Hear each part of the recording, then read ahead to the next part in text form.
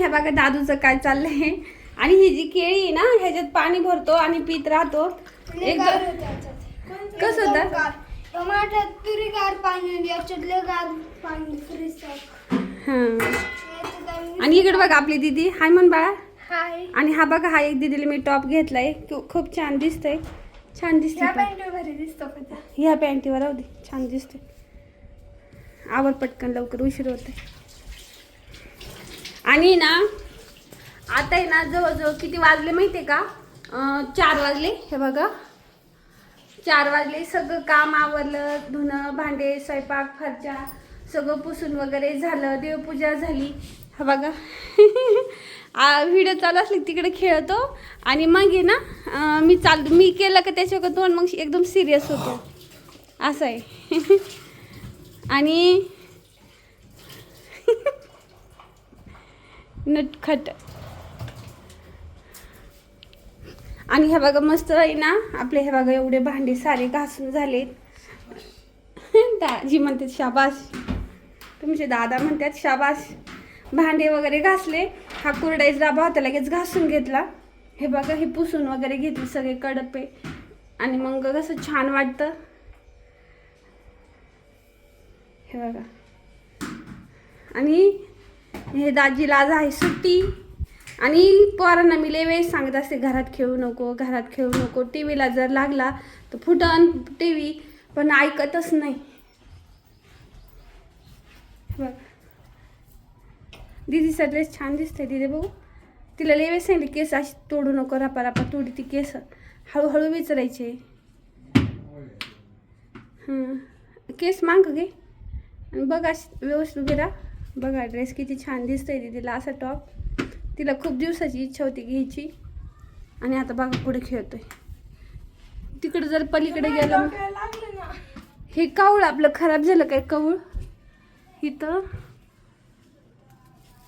नाही. आणि ह्या आपल्या झाडाला मस्त छान फुलं आले. ते पानं आलेत मस्त फुटू राहिलं. हे पण फुटलंय बघा. तुळस किती छान दिसते. आपलं गुलाबाचं झाड बघ किती झाले मोठं.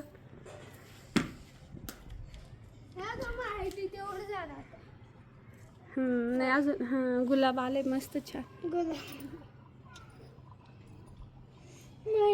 मोठे तसं नको बाळा. आणि ना आता होतंय तयार. आम्ही म्हटलं चला जाऊ थोडंसं बाहेर काहीतरी. दाजींना सुट्टी आहे तर म्हटलं येऊ देवाच्या पाय पडून येऊ. देवीचं आलतो गणपतीच्या पाय पडायला जायचं होतं. खूप दिवसाची इच्छा होती गणपतीच्या पाय पडायला जाऊ. पण गेलंच नाही. म्हटलं आज सुट्टी तर चला जाऊ नगरमध्ये फिरून पण येऊ तुम्हाला पण दाखवू. आणि आता गाडी पण आहे म्हटलं नवीन गाडी घेतली तसं गेलो नाही देवाला. म्हणजे देवीला गेलो गणपतीला नाही गेलो तर जाऊ म्हटलं. तर त्याची तयारी चालू आहे आता. आणि मग मी झाले तयार. दीदीचं राहिले आवडायचं. दादू झालंय तयार. दाजीन दोघं मायलेक बापलेक राहिले. बापलेकी राहिले तयार व्हायचे. हे बघा कशी त्यांचं चाललंय मेकअप. खरबूज खायचं का जायच्या आधी? नको आता आवरलेले आले खाऊ. मग घरात पण लय पसार होतो. घर सगळं आवरलेलं आहे ना. आपलं बोके कोणी नेला असेल हो. हा ना. आता तुम्हाला एक सांगते मी कहाणी थोडीशी. तर दाजी म्हणतात नको सांगू. झालं कसं माहिती आहे का? आम्ही आपल्याकडे एक मांजर होती. तिला 2 पिल्लं झालते. एक बोक्या होता एक मांजर होती. आणि जी मांजरीची पिल्लं होती ना त्याचे खूप केस गळायचे. तर मग आहे ना ह्यांना एक मेडिकलवाला म्हटला की तुम्ही सोडून द्या नका पाळू. पण आमचं काही मन होईना. आम्ही सोडून दिलं पुन्हा घेऊन आलो. म्हणलं काही होत नाही. आता खेड्यापाड्यात जुने लोक तर किती मांजरे राहायचे त्यांच्याजवळ. आणि आम्ही वर्ष झाले आज पूर्ण. त्यांना आहे ना काल 30 तारखेला त्यांचा जन्म झालता. 1 वर्ष झालं त्या मांजरीच्या पिल्लांना.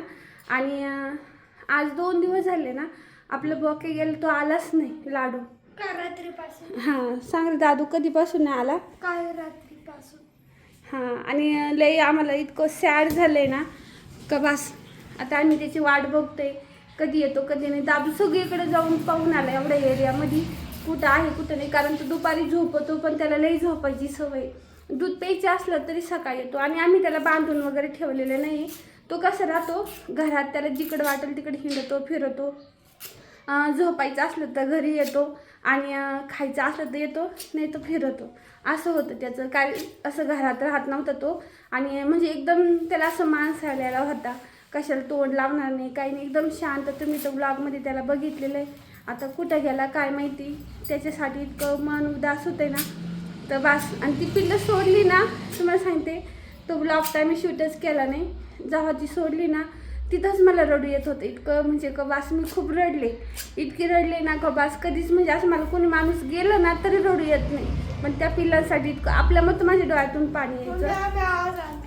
हां आवाज आला कुठे आला का?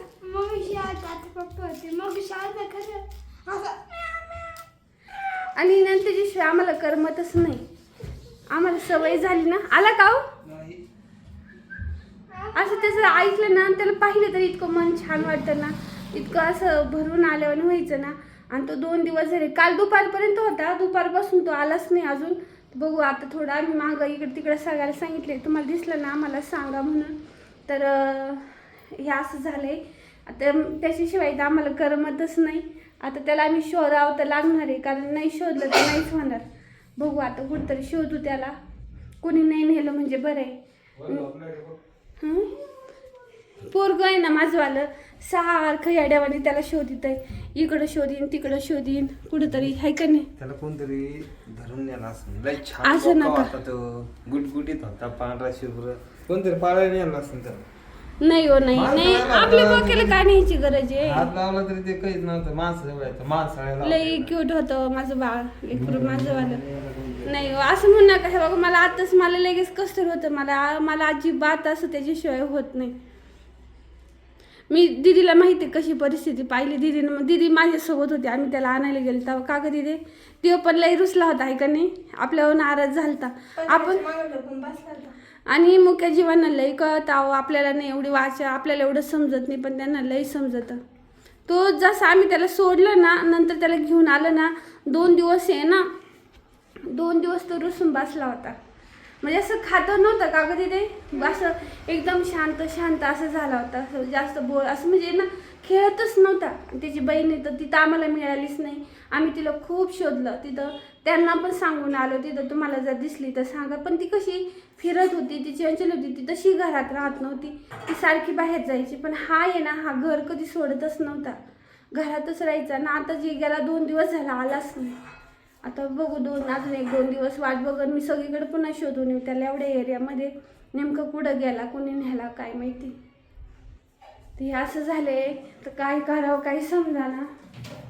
चला आता आम्ही येतो, जाऊन देवाच्या दर्शनाला जाऊन येतो आणि आल्याच्या नंतर बोलते मग मी तुमच्यासोबत. बाटली घेते भरून. ऐका ना, माझी कानातलं घ्यायचं का? तिची साखळी तुटलेली, मग आपल्याला लग्नाला घालायला लागल ना तेवढी. घेऊ का? चालेल.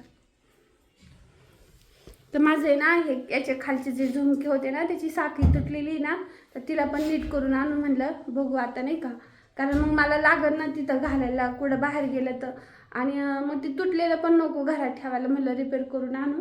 तर ते पण तुम्हाला दाखवते. दीदीला हसू आले लगेच. तेच ना, नीट करून आणा तर रिपेअरच करावं लागेल ना.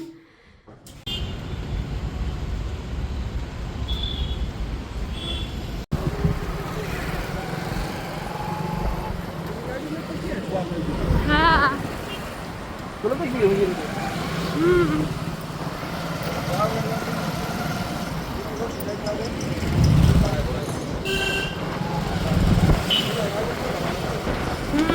तिला ही गाडी त्याची मस्त मदत.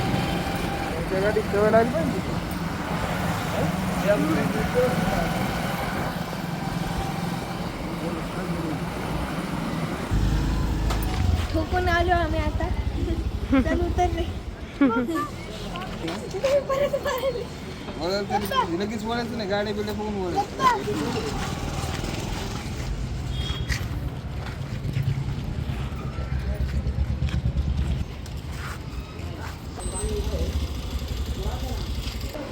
आणि आम्ही अहिल्यानगरमधील विशाल गणपती आहे माळीवाडा येथील, तिथं आम्ही दर्शनाला आलो आणि खूप दिवसाची इच्छा होती माझी दर्शनाला यायची, तर ती आज पूर्ण झाली. आणि मग मस्तपैकी आम्ही छान असं दर्शन घेतलं आणि झालं पण खूप छान, अजिबात गर्दी वगैरे काही नव्हती. आणि तुम्हीसुद्धा आमच्याबरोबर दर्शन घ्या.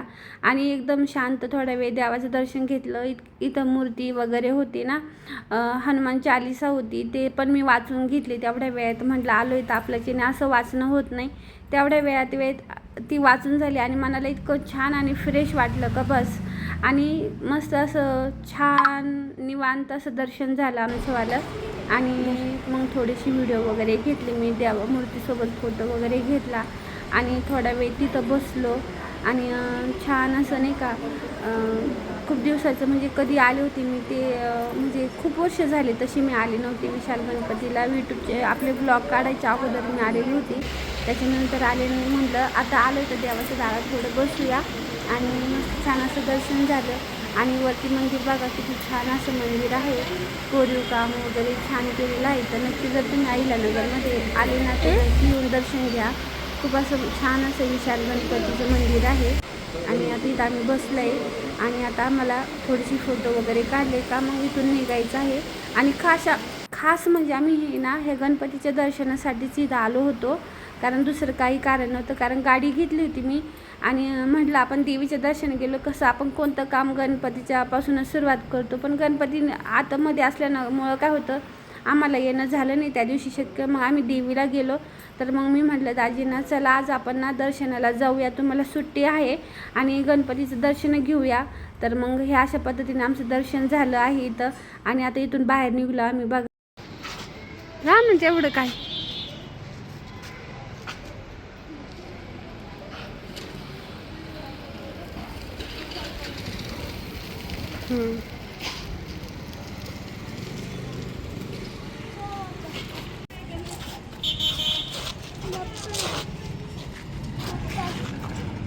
रस्ते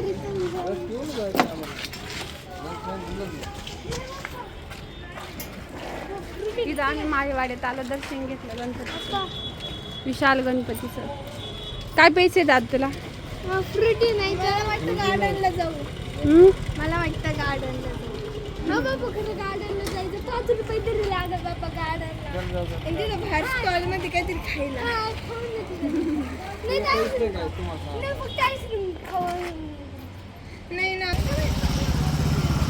चला चला वळा गाडी.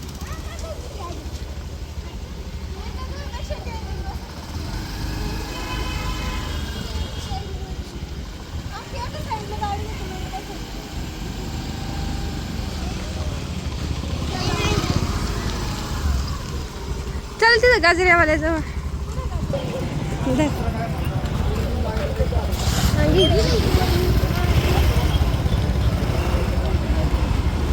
गणपतीचं दर्शन घेतलं आणि पुढं गेलो, तिथंच गजरे होते. आणि मग मी दाजींना म्हटलं की मला गजरे द्या म्हणून घेऊन. आणि बघा त्यांनी आम्हाला खूप महाग दिले आणि कमी करा म्हटलं तर भावसुद्धा कमी केला नाही. इतकेसे पदर होते ना, तर त्यांनी आम्हाला 20 रुपयाला एक पदर दिले, तसं 40 रुपयाचे ते 2च गजरे घेतले, इतके एवढेसेच. पण दाजी म्हणते तुला घ्यायची तर घे म्हणे, जाऊ दे म्हणे. म्हटलं चला आता आलोय देवाला तर घेऊया.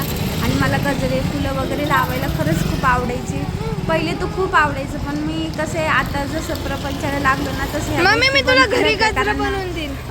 घरी बनवून देईन आणि लावणं होत नव्हतं. खूप असं म्हणतात म्हणजे मला हा गजरा मिळाला, म्हटलं चला घेऊया, जाऊ दे महाग का असं ना, मनाला तेवढं छान वाटतं. आणि बघा एकदम मला मस्त आनंद झाला. मी दीदीला म्हणलं व्हिडिओ पण घे तू माझावाला. आणि गजरे घेतले, मी खूप खुश होते. आणि बघा तुम्हाला व्हिडिओमध्ये पण दाखवलं. आणि आता इथून निघालो आम्ही, चाललो होतो गार्डनला. तेवढ्यात दिदीला समोरून एक गाडी आली, अचानकच पुढे गेली, म्हणजे आडवी झाली. त्याच्यामुळे थोडीशी ती घाबरल्यावानी झाली. पण तिला म्हटलं थोडंसं धटवाय, हळूहळू गाडी चालवायची, मागं पुढं बघायचं. मग इथं आलो आम्ही गार्डनला. मग नंतर आणि गार्डनला आल्याच्या नंतर काय झालं काय माहिती, असं माझं डोकं दुखायला लागलं का, खूप डोकं दुखायला लागलं. मला काही म्हणजे बोलायची सुद्धा इच्छा होत नव्हती, काहीच नाही, इतकं डोकं जाम होत होतं.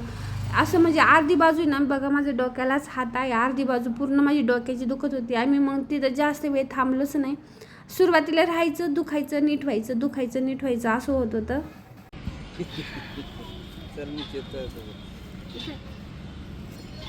भेळ खायची आम्हाला, भेळ काय की गं? भेळ चांगली जास्त आणावं. दादू तुझे